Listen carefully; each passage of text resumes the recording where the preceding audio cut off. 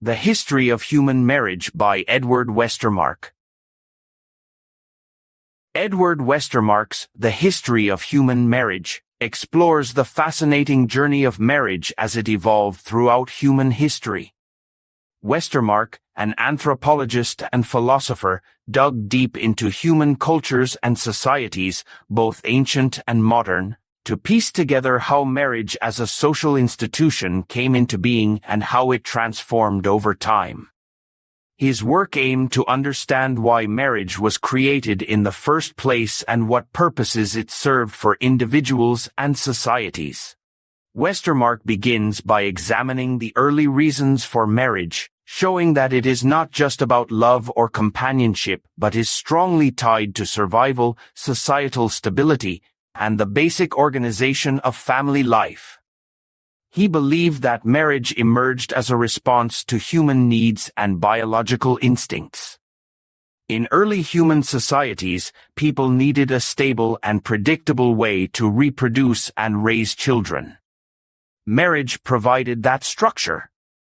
By pairing up, men and women could better protect their children and improve their chances of survival in a world that was often harsh and challenging.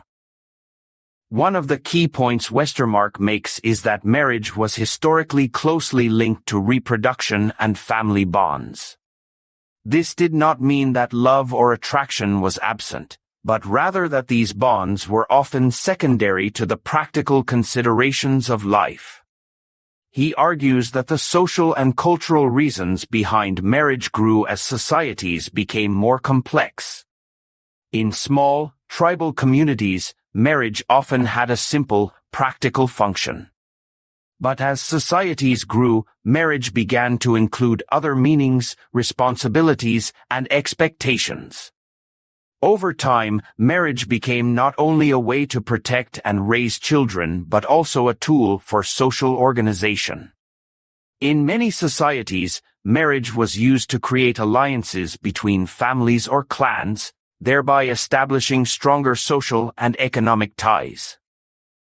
Westermarck also explains that the forms of marriage varied significantly across different cultures and societies.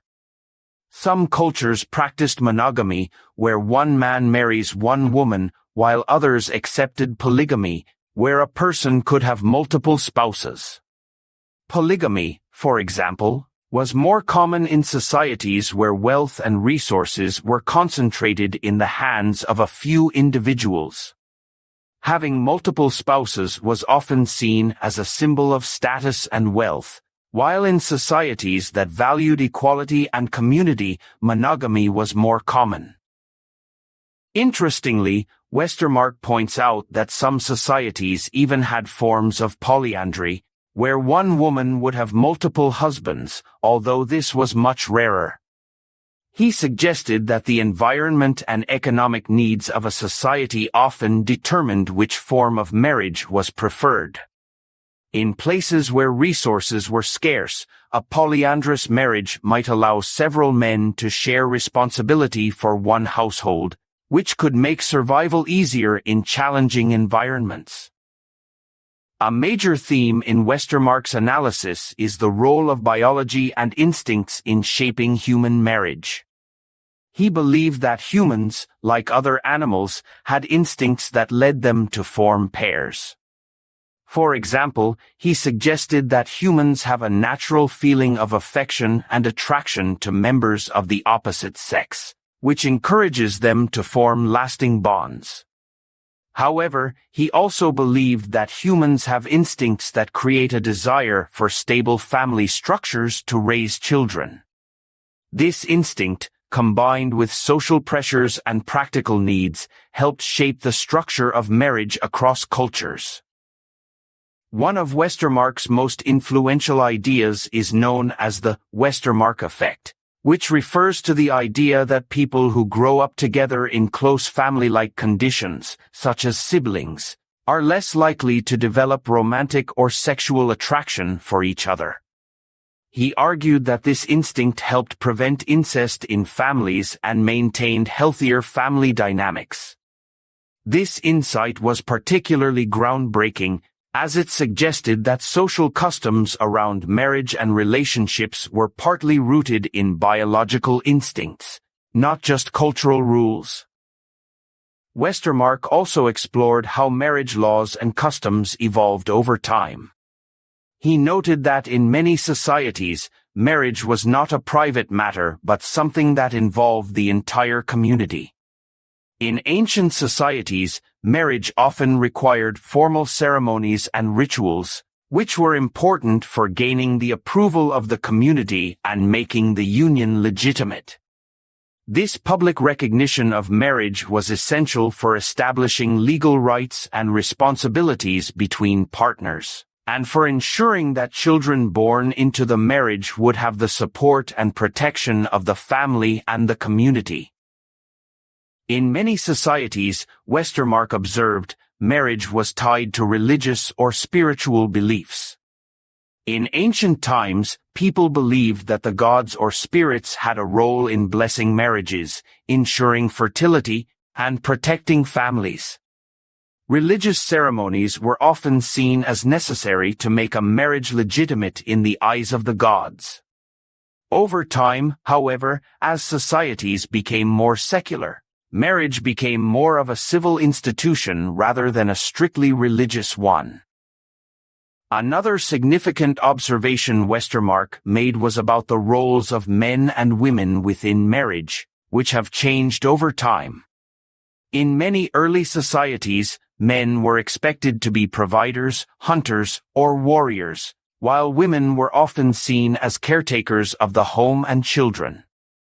These roles were deeply ingrained in many societies and often justified by practical needs and survival requirements. However, Westermarck also recognized that these roles were not fixed and could change based on the needs of society. As societies progressed, the rigid expectations around gender roles in marriage began to soften, allowing for more flexibility and equality between men and women.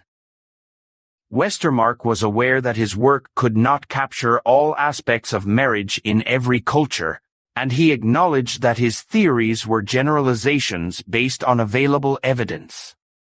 He encouraged future scholars to build on his work by studying marriage in other societies and historical contexts. His book, therefore, remains open-ended, inviting readers and scholars to explore further and deepen their understanding of marriage as a social institution. In sum, Edward Westermarck's The History of Human Marriage shows that marriage is a complex, evolving institution shaped by a mixture of biological instincts, cultural norms, social structures, and economic needs. It is not merely a personal or romantic union but a reflection of how societies have organized themselves to survive and prosper. Marriage, according to Westermarck, is one of the foundational elements of human society, adapting to the changing needs and values of each era. His work reminds us that the way we view and practice marriage today is just one stage in a long process of evolution that has taken place over thousands of years.